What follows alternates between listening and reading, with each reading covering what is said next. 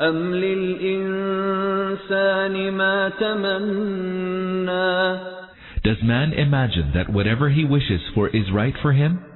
Does man imagine that whatever he wishes for is right for him? It is possible that this verse contains some other meanings as well. For example, does man have the right to take whomsoever he wishes as his deity? Or, can man's desire to have his wishes fulfilled by these deities ever come true? فَلِلَّهِ الْآخِرَةُ وَالْأُولَى. To Allah belong both the next world and the present. وَكَمْ مِنْ مَلَكٍ فِي السَّمَاوَاتِ لَا تُغْنِي شَفَاعَتُهُمْ شَيْئًا إِلَّا مِنْ بَعْدِ أَنْ يَأْذَنَ اللَّهُ لِمَنْ يَشَاءُ وَيَرْضَى. Numerous are the angels in the heavens, yet their intercession shall be of no avail, except in regard to those whom He grants the leave of intercession and whose plea He is pleased to accept. 21. That is, even if all the angels together intercede for a person, it cannot be beneficial for him not to speak of the intercession by these invented deities of yours, which can do no one any good. All the powers of Godhead rest with Allah.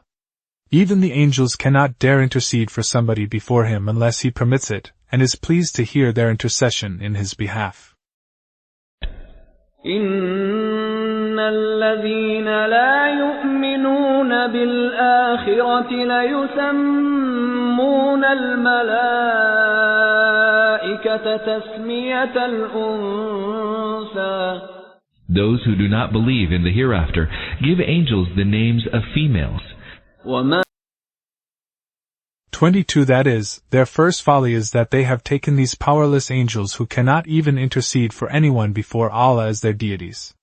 Their second folly is that they regard them as female and daughters of Allah. The basic reason for these errors is that they do not believe in the hereafter. For, had they been believers in the hereafter, they would never have behaved so irrationally and irresponsibly. Their denial of the hereafter has made them heedless of their end, and they think that believing or disbelieving in God, or believing in 1,000 gods, does not make any difference, for none of these creeds seems to entail any good or bad result in the present life of the world. Whether the people are deniers of God, or believers in many gods, or in one God, their crops ripen as well as fail, they fall ill as well as recover from illness, and they pass through all kinds of circumstances, good as well as bad. Therefore it is not at all an important and serious matter for them that man should or should not take someone as a deity, or should take as many deities or of any kind as he likes of his choice.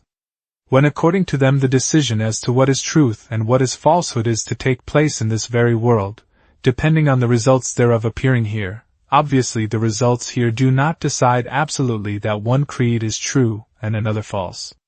Therefore, the adoption of one creed and rejection of another is a matter of mere whim with these people. وَمَا لَهُم بِهِ مِنْ عِلْمٍ إِن يَتَّبِعُونَ إِلَّا الظَّنَّ وَإِنَّ الظَّنَّ لَا يُغْنِي مِنَ الْحَقِّ شَيْئًا.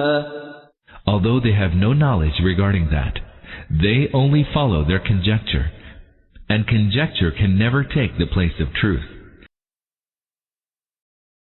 23. That is, they have not adopted this creed about the angels on the ground that they had found through some means of knowledge that they were females and daughters of God, but they have presumed this on mere conjecture and have set up these shrines at which they pray for fulfillment of desires, make offerings and pay tributes. فَأَعْرِضْ عَمَّنْ تَوَلَّى عَنْ ذِكْرِنَا وَلَمْ يُرِدْ إِلَّا الْحَيَاةَ الدُّنْيَا. So leave alone those who turn away from the remembrance of us and who seek nothing but the life of the world. 24. Dhikr here may imply the Quran as well as mere admonition. It may also mean that he does not like that even God be mentioned before him. 25. That is, You should not waste your time in making him understand the truth, for such a person will never be inclined to accept any invitation which is based on God worship, which calls to objects and values higher than the material benefits of the world, and according to which the real aim of life may be the eternal success and well-being of the hereafter. Instead of spending your time and energy on such a materialistic and ungodly person, you should devote attention to the people who are inclined to heed the remembrance of Allah and are not involved in the worship of the world. ذلك مبلغهم من العلم إن ربك هو أعلم بمن ضل عن سبيله وهو أعلم بمن اهتدى. That being the utmost of their knowledge, surely your Lord fully knows those who have strayed away from His path, and He also fully knows those who are rightly guided. 26. This is a parenthetical sentence which has been inserted here as an explanation of the preceding verse. 27. That is, these people neither know nor can think anything beyond the world and its immediate gains. Therefore, it is futile merely to spend time and energy on them. وَلِلَّهِ مَا فِي السَّمَاوَاتِ وَمَا فِي الْأَرْضِ لِيَجْزِيَ الَّذِينَ أَسَاءُوا بِمَا عَمِلُوا وَيَجْزِيَ الَّذِينَ أَحْسَنُوا بِالْحُسْنَى. To Allah alone belongs whatever is in the heavens and whatever is in the earth. He will requite the evildoers for their deeds and bestow a goodly reward on those who have done good. 28. In other words, neither the question whether a person is gone astray or is on right guidance is to be decided in this world, nor has its decision been left to the judgment of the people of the world. The decision rests with Allah. He alone is the master of the earth and heavens, and He alone knows which way, out of the different ways being followed by the people of the world, is the way of guidance and which of error and deviation. Therefore, you should least bother if the polytheistic Arabs and the Makkan disbelievers think you are deluded and misguided, and regard their own ignorance as truth and guidance. Leave them alone if they wish to remain lost in their falsehood. You need not waste your time in disputing with them. 29. The theme is resumed here and connected as a continuous whole with verse 29. Without the parenthesis, it would read, "Leave him alone so that Allah may requite the evildoers for their evil deeds." الذين يجتنبون كبائر الإثم والفواحش إلا اللمم إن ربك واسع المغفرة هو أعلم بكم إذ أنشأكم من الأرض وإذ أنتم أجنة في بطون أمهاتكم فلا تزكوا أنفسكم هو أعلم بمن اتقى. On those who avoid grave sins and shameful deeds, even if they may sometimes stumble into lesser offenses, surely your Lord is abounding in His forgiveness.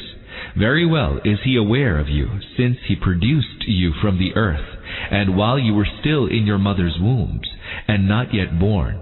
So do not boastfully claim yourselves to be purified. He fully knows those that are truly God-fearing. 30. For explanation, see Yen 53 of Surah An-Nisa. 31. For explanation, see Yen 130 of Surah Al-An'am, and Yen 89 of Surah An-Nahl. 32. The word lamam as found in the original is used for a small quantity of something, or its slight effect, or its mere closeness, or its existence for a short time. This word is used to express the sense that a person did not commit an act but was very near to committing it. On the basis of its usages, some commentators have taken the word lamam in the meaning of minor sins. Some others have taken it in the meaning that a person should practically reach very near a grave sin but should desist from actually committing it. Still others take it in the sense of a person's remaining involved in a sin temporarily, and then desisting from it. And according to some it implies that a person should think of, or wish, or intend to commit a sin but should take no practical steps towards it. In this regard, The views of the companions and their immediate followers are as follows. Zayd bin Aslam and Ibn Zayd opine, and a saying of Abdullah bin Abbas is also to the same effect, that it signifies those sins which the people had committed in the pre-Islamic days of ignorance, then after embracing Islam they refrained from them. Another view of Ibn Abbas is, and the same is also the view of Abu Huraira, Abdullah bin Amr bin As, Mujahid, Hassan Basri and Abu Salih, that it implies a person's being involved in a grave sin or indecency temporarily, or occasionally, and then giving it up.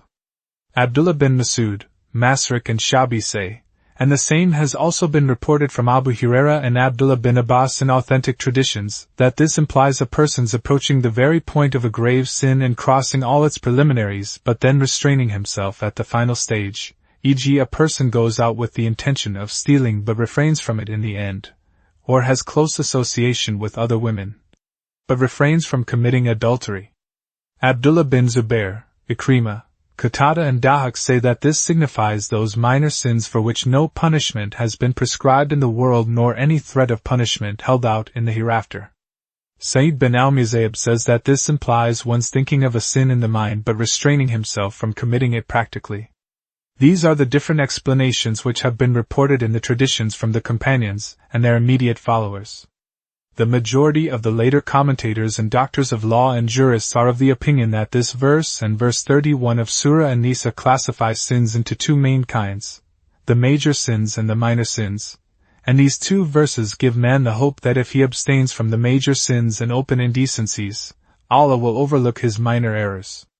Although some distinguished scholars have also opined that no sin is minor, and the disobedience of Allah is by itself a major sin, yet as stated by Imam Ghazali, the distinction between the major and the minor sins is something which cannot be denied, for the sources of knowledge of the Sharia values and injunctions all point to this.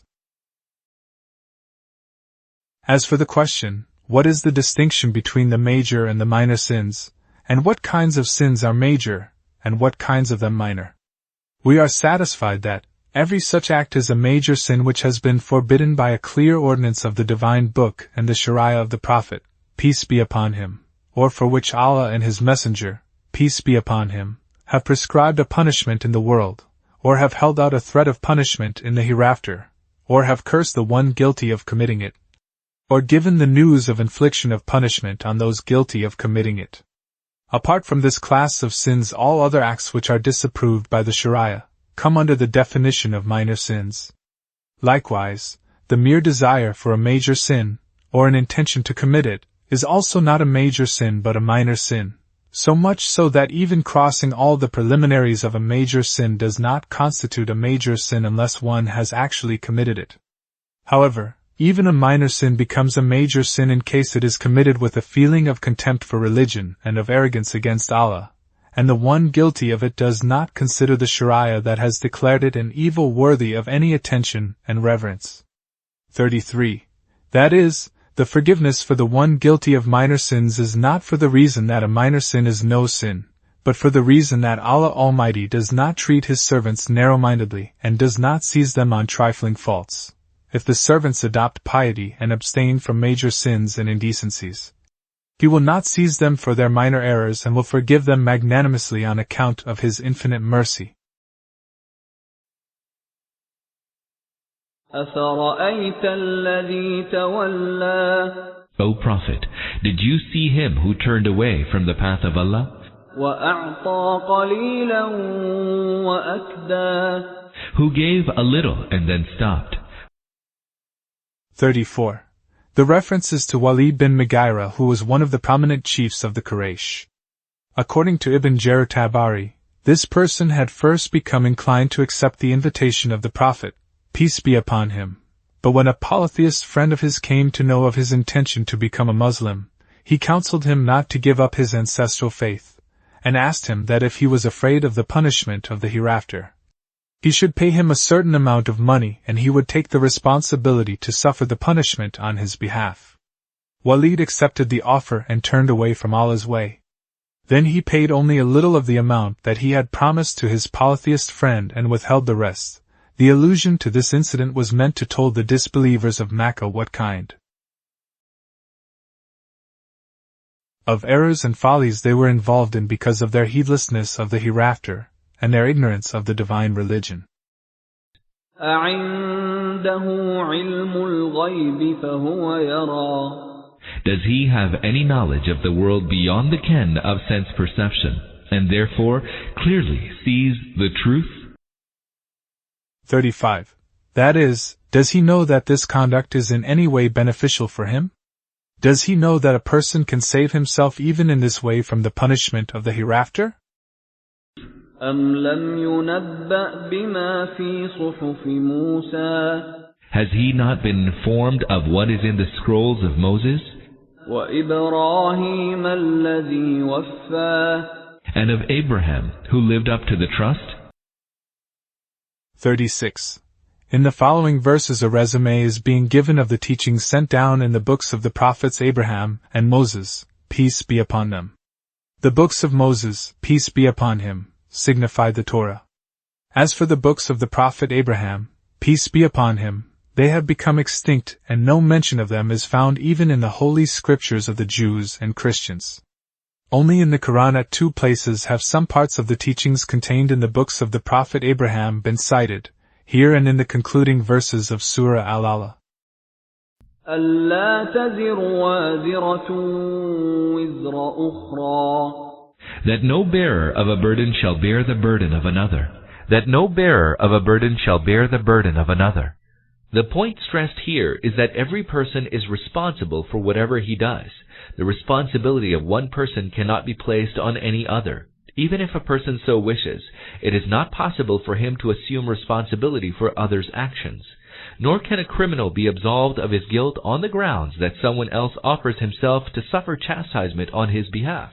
وَأَن لَّيْسَ لِلْإِنسَانِ إِلَّا مَا سَعَىٰ.